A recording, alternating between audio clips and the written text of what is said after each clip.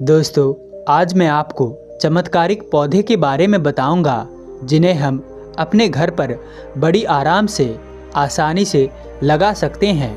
और हो सकता है या आपके घर के आसपास पहले से ही ये पौधा लगे हो। इनमें से एक पौधा खास बालों के लिए है, एक पौधा डायबिटीज और ब्लड प्रेशर बालों के लिए खास है। एक तो नेचुरल मल्टीविटामिन्स है जो आपके शरीर में बहुत सारी कमियों को पूरा करेगा। एक से पेट कम होता है। एक पौधा फीवर में नेचुरल पैरासीटामोल का काम करता है और यही पौधा जोड़ों के दर्द में रामबाण है। दोस्तों, इतने सारे फायदे आपको साधारण से दिखने वाले पौधे में मिल जाते हैं। आपको अगर कोई भी समस्या हो, लगभग सारी बीमारियों का समाधान आपके घर पर ही मिल सकता है। और लोग बाजारों में महंगे महंगे और ख़तरनाक चीज़ों का इस्तेमाल करने के लिए भागते रहते हैं, लेकिन फिर भी उन्हें फ़ायदा नहीं मिलता। इसीलिए इस वीडियो को पूरा अंत तक ज़रूर देखना। हो सकता है आपकी किसी बड़ी समस्या को आसान सा समाधान मिल जाए। एक बार एक आयुर्वेद के गुरु अपने शिष्यों के साथ भ्रमण कर रहे थे। एक गांव में वो ठहरते हैं। वहाँ गांव में कुछ लोग अपनी कई शारीरिक समस्याओं से पीड़ित थे। किसी को बालों की समस्या थी, कोई मोटापे से परेशान था, कोई शरीर में होने वाले सर दर्द। ऐसे ही सैकड़ों परेशानियां वहां के लोगों को थी। लोगों ने इसके बारे में उन आयुर्वेदिक गुरु से पूछा। तब उन आयुर्वेदिक गुरु ने सभी से कहा कि मैं तुम्हें आज 5 ऐसे पौधों के बारे में बताऊंगा जिनसे तुम्हारी सारी समस्याएं खत्म हो जाएगी। आगे गुरु कहते हैं, बहुत बार हमें पता भी नहीं होता कि हमारे आसपास उगे हुए साधारण से पौधे इतने फायदेमंद हो सकते हैं। हम भागते रहते हैं महंगे सप्लीमेंट्स के पीछे, जबकि आपकी समस्या का बिना किसी खर्चे का समाधान आपके घर पर ही होता है, और वो भी एक पौधे के रूप में। आगे वो गुरु कहते हैं, इन पौधों की 2 सबसे बड़ी खास बातें हैं। पहली तो ये सभी पौधे बड़े ही आसानी से लगाए जा सकते हैं किसी भी गमले में। और फिर भी ये ज़रूरी नहीं है कि अगर मैं आपसे 5 पौधों की बात करूं तो आपको सभी लगाने हैं। आपको अपनी स्वास्थ्य के हिसाब से चुनना है। बाकी दूसरी बात ये भी है कि अगर कोई पौधा किसी हेल्थ प्रॉब्लम में बहुत फ़ायदा करे तो लगाने में भी क्या हर्ज है। वैसे भी तो हम मार्केट से महंगे महंगे सप्लीमेंट खरीदते हैं। उन महंगे महंगे सामानों से अच्छा है कि आप इन नेचुरल पौधों को इस्तेमाल करो। इससे आपको 2 फायदे मिलेंगे। पहला, आपके पर्स से बिल्कुल भी खर्च नहीं होंगे, और दूसरा फ़ायदा, आपको इनसे कोई साइड इफ़ेक्ट भी नहीं होगा। इतना सब कुछ सुनने के बाद वो गांव वाले उन गुरु से कहते हैं कि गुरुदेव, आपकी बड़ी कृपा होगी कि आप हमें इतने फ़ायदे की बात बताओगे। हम सब आपकी पूरी बात ध्यान से और मन से सुनेंगे।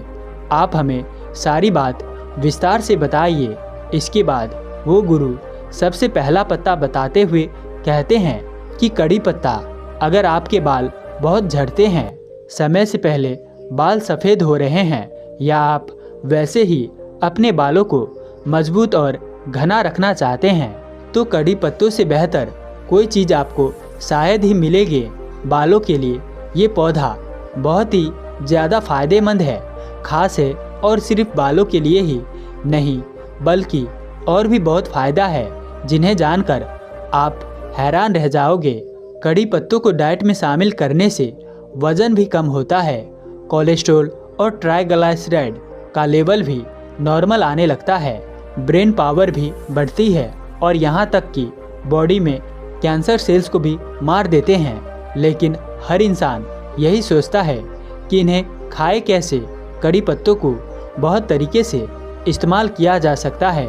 सबसे पहला तरीका, अगर रोटी बना रहे हो तो कड़ी पत्तों को कुछ पत्ते काट के गूंद लो। आप कभी कभी कड़ी पत्ते का पराठा भी खा सकते हो।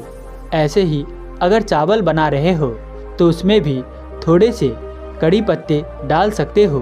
कड़ी पत्ते की चटनी भी आप बना सकते हैं। उसमें धनिया पुदीना भी डाल देना, उसका स्वाद 10 गुना बढ़ जाएगा। ये पौधा लगाना सबसे आसान हो सकता है। आपके घर में पहले से ही हो, नहीं हो तो आपके आस पड़ोस में तो पक्का होगा। इसकी एक खासियत है, आप एक चीज़ देखना कि जहाँ भी कड़ी पत्ते का पेड़ होता है वहाँ उसके आसपास छोटे छोटे कड़ी पत्ते के पौधे अपने आप ही उगने लगते हैं। वहाँ से आप भी ज़रूर लगा सकते हो। इसके आपके शरीर के लिए बड़े फायदे हैं। इसके आगे वो गुरु दूसरा पौधा बताते हुए कहते हैं, तुलसी का पौधा। तुलसी को भारत में पौधे से कहीं ज़्यादा माना गया है।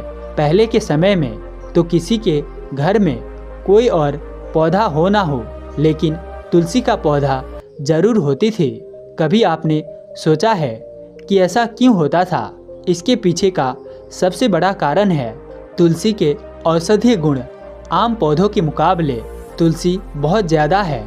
हम सभी जानते हैं कि तुलसी हमारी इम्यूनिटी को बढ़ाती है। तभी तो पहले के ज़माने में बच्चों को जब भी सर्दी खांसी जुखाम होता था तो माँ तुलसी के पत्तों का काढ़ा बना कर देती थी। लेकिन तुलसी सिर्फ इम्यूनिटी तक सीमित नहीं है। अगर तुलसी के और फायदों की बात करें तो तुलसी का पौधा डायबिटीज और ब्लड प्रेशर वालों के घर में ज़रूर होना चाहिए, क्योंकि तुलसी पैंक्रियाज में मौजूद बीटा सेल्स के फंक्शंस को इम्प्रूव करती है और डायबिटीज का जो मूल जड़ है इंसुलिन रेसिस्टेंस उसे ठीक करती है। इसीलिए ही इतनी फायदेमंद ये है। आगे वो गुरु कहते हैं, अब हम जानते हैं कि इसे कैसे इस्तेमाल करना है। उसके लिए पत्तों को तोड़ के काढ़ा बना लो, सुबह खाली पेट पी लो या फिर डायरेक्ट 2-4 पत्ते पानी के साथ निगल लो। तुलसी के कुछ पत्ते अपने पीने के पानी में डाल सकते हो।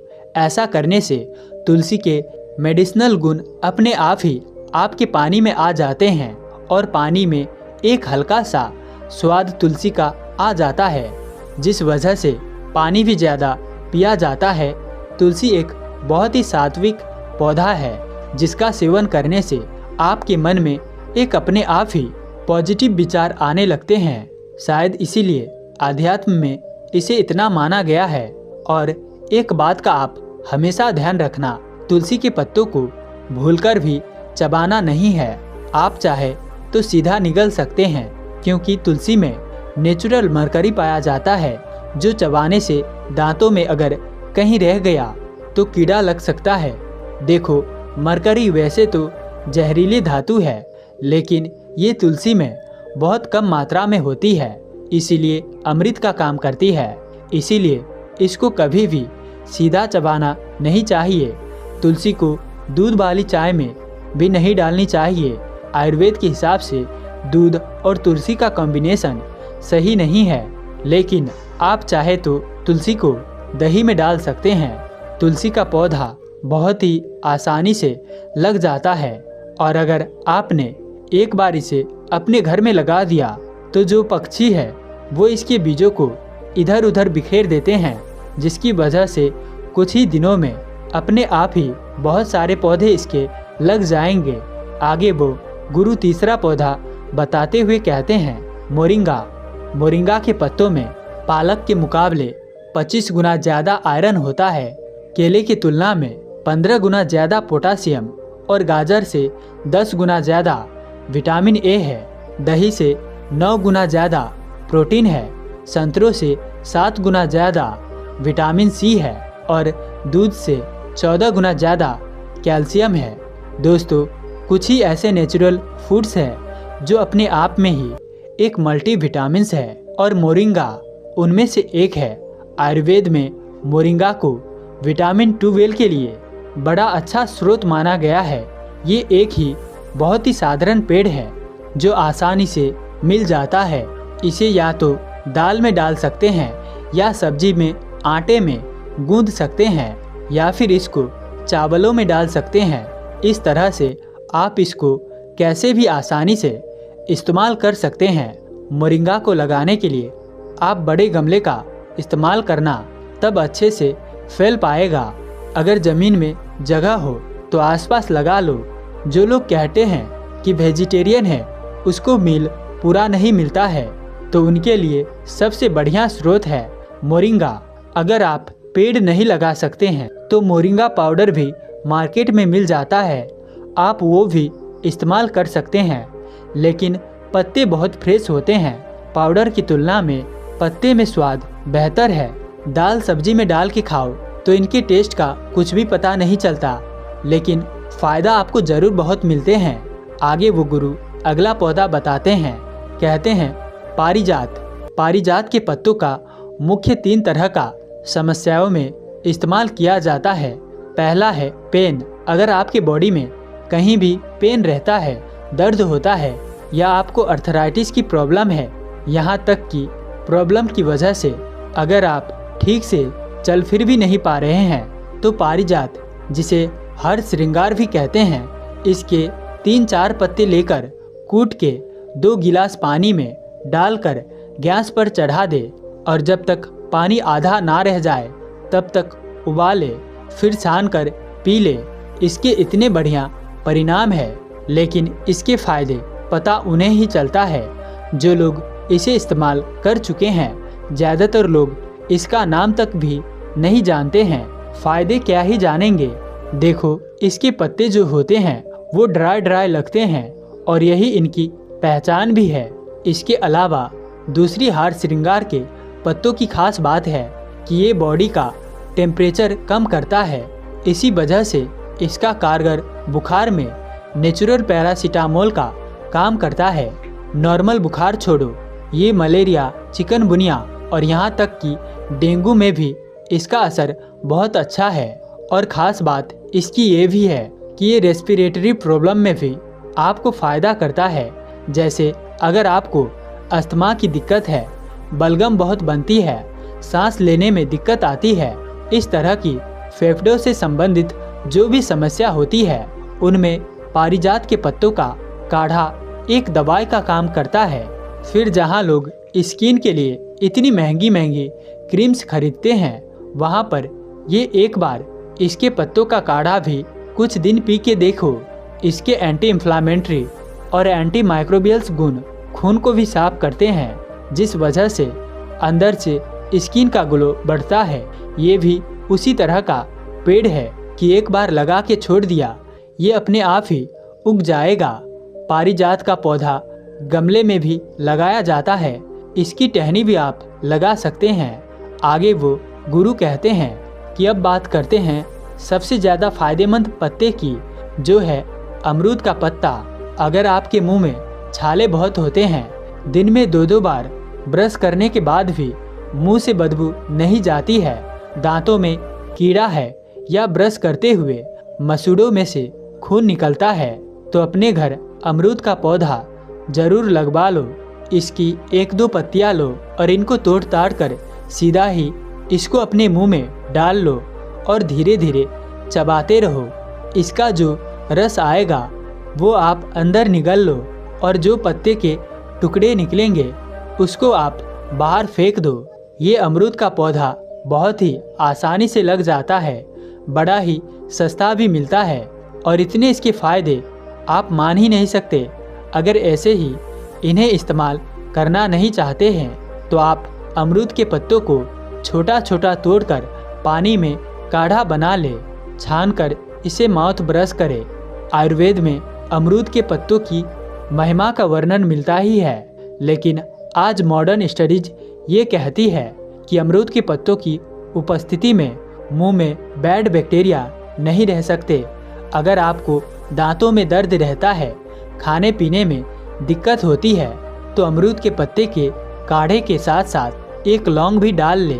अगर आप एक महिला है और आपको मासिक धर्म के दौरान बहुत दर्द होता है, तो आपको अमरूद के पत्तों का काढ़ा ज़रूर पीना चाहिए।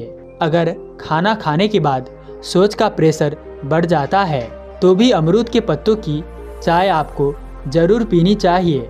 अमरूद के पत्तों से आंतों में जो बैड बैक्टीरिया है, जिस वजह से आपकी डाइजेशन खराब हो रही है, वही सही होने लगेगी। अमरूद के पत्तों के और बड़े फायदे हैं, जैसे अमरूद के पत्तों में जो ओनियल होता है वो कैंसर को रोकने की जो दवाइयाँ आती है उनसे 4 गुना ज़्यादा लाभकारी है। इसके आगे वो गुरु कहता है, अगला है नीम का पत्ता।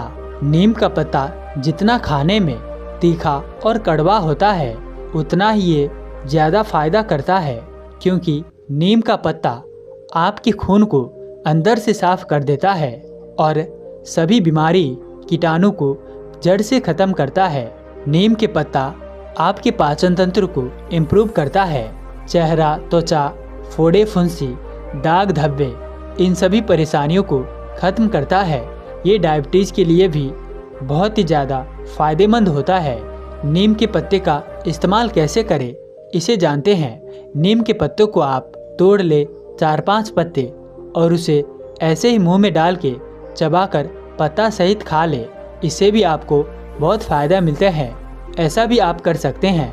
और चाहे तो आप कोमल पत्तियों को तोड़कर इसका भुंजिया बनाकर सब्जी के रूप में भी खा सकते हैं, और चाहे तो आप इसका काढ़ा बनाकर पी सकते हैं। तो इन तीनों तरीके से आप नीम का पत्ता प्रयोग कर सकते हैं। इसके आगे वो गुरु सभी गांव वालों को कहते हैं कि आप इतने महंगे महंगे सप्लीमेंट खाते हो, दवाइयों पर खर्चा करते हो, क्यों ना एक बार इन औषधीय पौधों को लगवाए। जैसे अगर चॉकलेट सामने पड़ी हो तो इंसान खा ही लेता है, इसी तरह से जब ये पौधे आपके घर पर लगेंगे तब आप इन्हें इस्तेमाल कर ही लेंगे। और क्या पता इन्हें इस्तेमाल करते करते आप कितनी ही बीमारी से बच ही जाएं। क्या आप भी अपना विचार बदलना चाहते हैं, मानसिक स्थिति बदलना चाहते हैं? क्या आप भी दुनिया को बेहतर नज़रिए से देखना चाहते हैं? क्या आप हमेशा तनाव, चिंता और गुस्सा महसूस करते हैं और इन सब से छुटकारा पाना चाहते हैं? अगर इनमें से किसी भी प्रश्न का उत्तर हाँ है तो आज की ये कहानी आपके लिए महत्वपूर्ण साबित होने वाली है। अंत तक ध्यान से सुनिए। एक बार एक गुरु अपने शिष्यों को विचारों की शक्ति के ऊपर प्रवचन दे रहे थे। गुरु कह रहे थे कि अपने दुख के जड़ तक पहुँचे बिना उसे खत्म कर पाना असंभव है, और इसके लिए सबसे पहले तो आपको अपनी सोच, चिंता और आत्मसंदेह को काबू में करना होगा। ध्यान रहे, आपकी सोच आपकी कल्पना से भी ज़्यादा शक्तिशाली होती है और आपका मन आपकी असल खुशी का सबसे बड़ा दुश्मन होता है। ऐसे में ज़रूरत है आपको अपने सोच और विचार को बदलने की। गुरु ये सब बोल ही रहे थे कि तभी एक शिष्य खड़ा हुआ और उसने गुरु से कहा, गुरुदेव, अगर दुख दर्द महसूस करने से बचने का तरीका है तो फिर दुनिया में इतने सारे लोग दुखी क्यों हैं? गुरु ने कहा, इसका कारण है दुखी रहने वाले लोगों का मन। जी हाँ, इस संसार के हर इंसान के दुख का कारण उसका मन ही है, और जिसकी मानसिकता सही नहीं होती वो बाकी लोगों की तुलना में ज़्यादा दुखी रहते हैं और चिंतित रहते हैं। अब ये आप पर निर्भर करता है कि आप अपने मन को अपना दोस्त बनाना चाहते हैं या अपना दुश्मन बनाना चाहते हैं। किस तरह, किस परिस्थिति का सामना करते हैं, ये सब आपकी आदत और आपकी मानसिकता पर निर्भर करता है। इस दुनिया के हर सवाल का जवाब आपके ही अंदर छिपा है। इसे आपको अपने आसपास के लोगों में ढूंढने की ज़रूरत नहीं है। दुख 2 तरह के होते हैं, शारीरिक और भावनात्मक। शारीरिक समस्याओं से पूरी तरह से बच पाना तो असंभव है, क्योंकि किस समय आपके साथ क्या होने वाला है इसे आप नियंत्रित नहीं कर सकते हैं। लेकिन भावनात्मक दुखों से बचा जा सकता है, जो पूरे तरीके से इस बात पर निर्भर करता है कि आप अपने भावनात्मक दुखों की तरफ कैसी प्रतिक्रिया देते हैं। आप या तो उस दुख को हद से ज़्यादा महसूस करोगे या फिर उसके पार चले जाएंगे। चुनाव आपका है। संक्षिप्त में कहें तो आपके भावनात्मक दुख का कारण आपकी प्रतिक्रिया पर निर्भर करता है। आपके भावनात्मक दुखों की शुरुआत तब होती है जब आप एक नकारात्मक स्थिति को अपने दिमाग में लंबे समय तक बैठा के रखते हैं। यानी वास्तविक दुनिया में वो परेशानी उतनी बड़ी नहीं होती है जितना बड़ा आप उसे ज़्यादा सोचकर बना देते हैं। हर इंसान के जीवन में हर दिन बहुत सी बुरी चीज़ें घटित होती है जिनका कुछ लोगों पर बहुत थोड़ा असर होता है, जबकि कुछ लोग बहुत उदास और तनावग्रस्त हो जाते हैं। यहाँ पर एक बात जान लीजिए कि हर घटना के बाद अच्छा महसूस करने और दुखी होने के बीच का फ़र्क बस इस बात पर निर्भर करता है कि आप उस परिस्थिति को कैसे संभालते हैं, कैसे देखते हैं। अगर आपने जान लिया कि मन कैसे काम करता है तो आप ये भी जान जाएंगे कि आप खुशी पाने के लिए इसका इस्तेमाल कैसे कर सकते हैं, और इस तरह आप अपने भावनात्मक दुखों से हमेशा हमेशा के लिए छुटकारा पा सकते हैं। शिष्य ने गुरु से अगला प्रश्न किया, गुरुदेव, इंसान के दुख का असली कारण क्या है? गुरु ने उत्तर देते हुए कहा, हमारे विचार बहुत शक्तिशाली होते हैं, इतने कि वो हमारी किसी भी सोच को वास्तविकता में बदल सकते हैं। दुनिया में ज़्यादातर लोग खुद को और अपनी किस्मत को कोसते हैं कि आखिर वो इतने गरीब, बीमार और दुखी क्यों हैं, जबकि वो ये भूल जाते हैं कि वो आज जैसे भी हैं उनके खुद के बीते हुए कल के विचारों की वजह से हैं। पहले तो ये जानना ज़रूरी है कि नकारात्मक विचार वाले लोग होते कैसे हैं। असल में उनका जीवन निरर्थक होता है। वो हमेशा गुस्सा, डर, चिंता और अविश्वास में जीते हैं, जिनकी वजह से वो अक्सर अजीबोगरीब स्थिति में फंसकर गलत फैसले ले लेते हैं। इसके विपरीत सकारात्मक वाले लोग खुशी, प्रेम, समृद्धि, सुख और सफलता को अपनी ओर आकर्षित करते हैं। उन्हें देखकर ऐसा लगता है सब कुछ उनके नियंत्रण में है।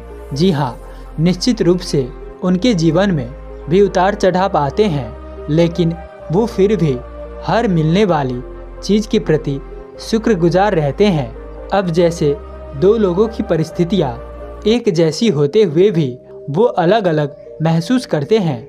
जैसे एक व्यक्ति इस बात के लिए शुक्रगुजारा हो सकता है कि उसके पास रहने के लिए एक घर है, वही दूसरा इस बात को लेकर दुखी हो सकता है कि उसका घर उतना बड़ा नहीं है जितना वो चाहता था। मतलब साफ है कि हमारी खुशी और दुख सीधे तौर पर हमारी सोच और नज़रिए पर निर्भर करता है। हकीकत और इसके प्रति हमारा नज़रिया दो अलग अलग चीज़ें होती है। बाहरी हकीकत सबके लिए एक होती है, जबकि इसके बारे में अलग अलग इंसान का नज़रिया अलग अलग हो सकता है। चलो अब इसे एक उदाहरण से समझते हैं। एक नौजवान भिक्षु को ध्यान करते एक समय एकाग्रचित होने में परेशानी होती थी। हर बार ध्यान करते समय किसी न किसी कारण से उसका ध्यान भटक जाता था और वो काफ़ी क्रोधित और निराश हो जाता था। शांति की तलाश में उसने एक दिन एक झील के बीचों बीच नाव में बैठकर ध्यान करने का निश्चय किया। पहले 2 दिन तो भिक्षु को बहुत सुकून मिला। ध्यान करते समय उसका मन बिल्कुल शांत और एकाग्र था, लेकिन तीसरे दिन उसकी शांति तब भंग हो गई जब ध्यान करते समय एक दूसरी नाव उसकी नाव से आकर टकरा गई। उसने गुस्से से अपनी आंखें खोली, लेकिन सामने उसका गुस्सा देखने के लिए कोई था ही नहीं, क्योंकि दूसरा नाव तो खाली था जो हवा के वेग से और लहरों के कारण भिक्षु की नाव से आकर टकरा गई थी। अब वो शर्मिंदा हो गया और उसका क्रोध भी शांत हो गया, क्योंकि उस जगह पर उसका गुस्सा देखने वाला ही कोई नहीं था। तब उसे समझ आया कि उसका ध्यान आसपास की घटनाओं के कारण नहीं, बल्कि उन घटनाओं के प्रति उसकी प्रतिक्रिया के कारण भटक रहा है। उसके हद से ज़्यादा सोचने की वजह से भटक रहा था। आपके साथ जो कुछ भी घटित होता है वो कभी आपके खुद का असल कारण नहीं बनता, बल्कि आप उस घटना के बारे में कैसा सोचते हैं, कैसी प्रतिक्रिया देते हैं, वो आपके सुख और दुख को तय करता है। हमारी सोच हमारी भावनाओं को नियंत्रण करता है। अगर हम नकारात्मक सोचेंगे तो हमें बुरा लगेगा, अगर हम सकारात्मक सोचेंगे तो हमें अच्छा महसूस होगा। आप अपने दुख, दर्द या तकलीफ का दोष अपने आसपास की घटनाओं और लोगों को नहीं दे सकते। बस यही जीवन के उतार चढ़ाव और सुख दुख का सार है। अपने जीवन को मुश्किल बनाने वाले आप खुद ही हैं। क्या आपने कभी सोचा है कि बुरे और नकारात्मक विचारों के बिना आपका जीवन कैसा होता? मैं बताता हूँ। बुरे विचारों के बिना आप ज़्यादा अच्छा और सुकून भरा जीवन जीते। चिंता और दुख आपसे दूर हो जाते और आप हमेशा प्रसन्न रहते। ध्यान रहे, कोई भी घटना या परिस्थिति आपको दुख नहीं पहुंचा सकती। बस आपकी सोच ही आपके दुख का असली कारण होती है। शिष्य ने गुरु से अगला प्रश्न किया। एक शिष्य ने पूछा, गुरुदेव, हम ज़्यादा खुश और आज़ाद कैसे महसूस कर सकते हैं? गुरु ने कहा, हमारे दिमाग में एक दिन में लगभग 60,000 से ज़्यादा विचार आते हैं, जिनमें लगभग 6,000 विचार तो अपने आसपास के लोगों को प्रतिक्रिया देने की वजह से आते हैं और इन 6,000 विचार में सभी लगभग 90% विचार नकारात्मक होते हैं।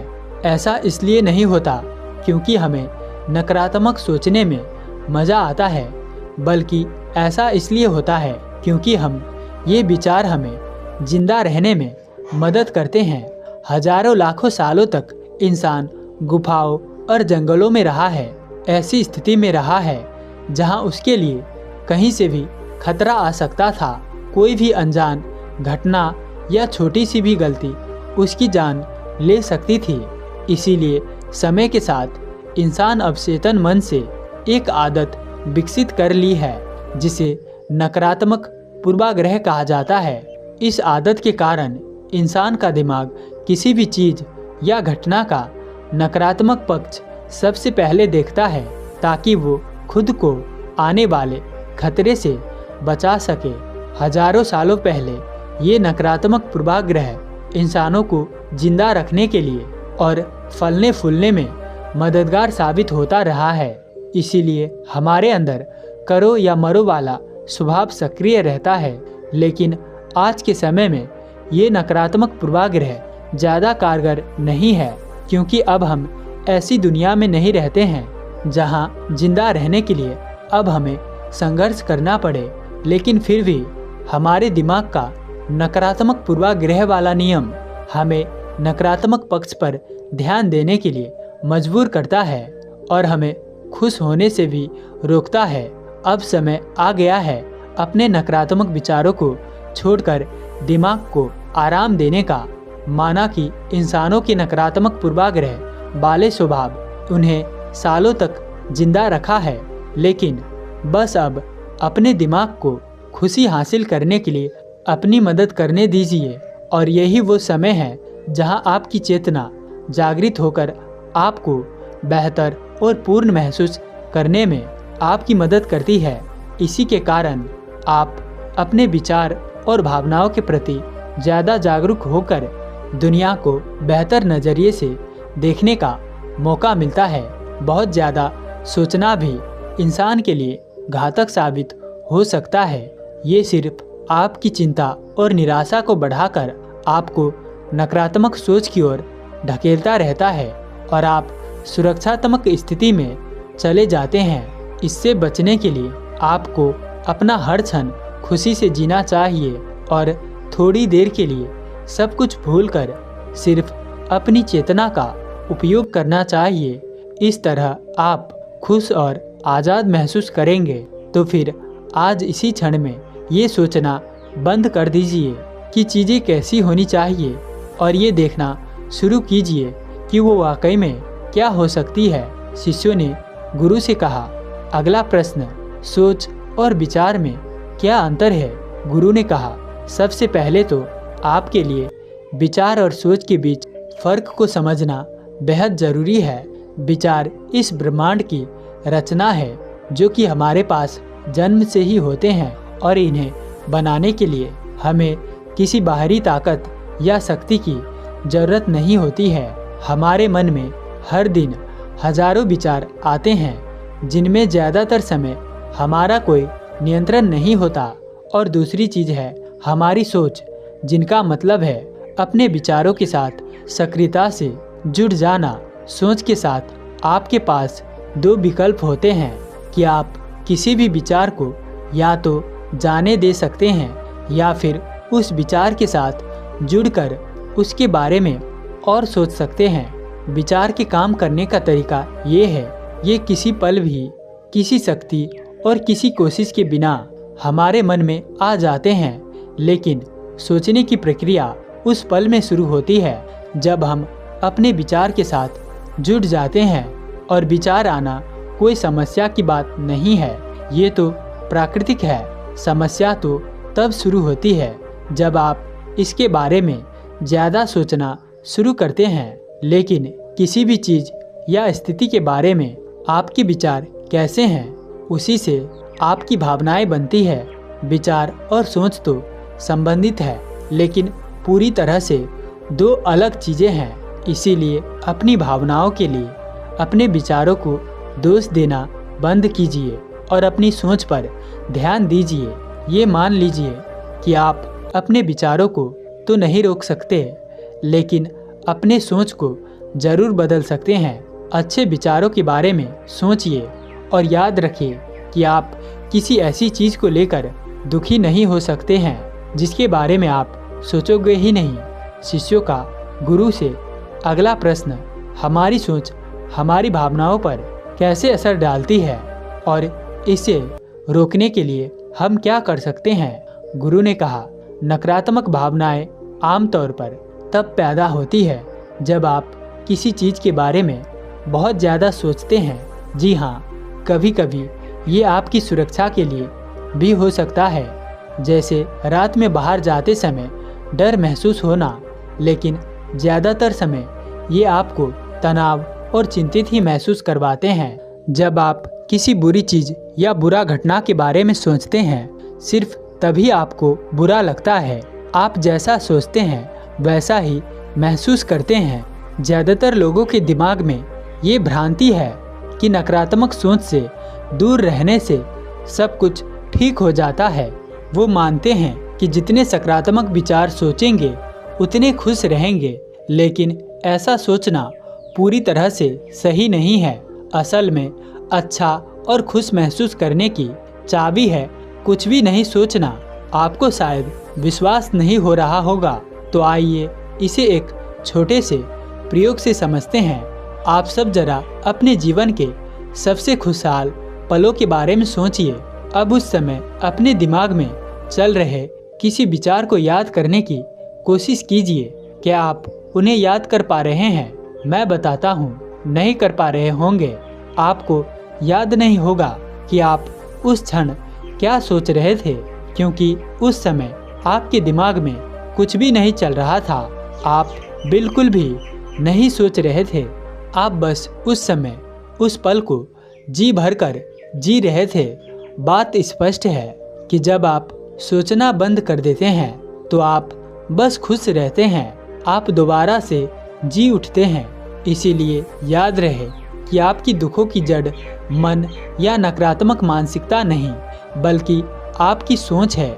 आज अभी इसी क्षण से किसी चीज़ या परिस्थिति को अपने अनुसार बदलने की तनावग्रस्त प्रक्रिया से अपने दिमाग को आज़ाद करिए और जो जैसा है उसे वैसा ही स्वीकार कीजिए। एक मंत्र जान लीजिए, आप जितना कम सोचेंगे उतना ज़्यादा खुश रहेंगे। शिष्यों ने गुरु से अगला प्रश्न किया, ज़्यादा सोचना कैसे बंद करें?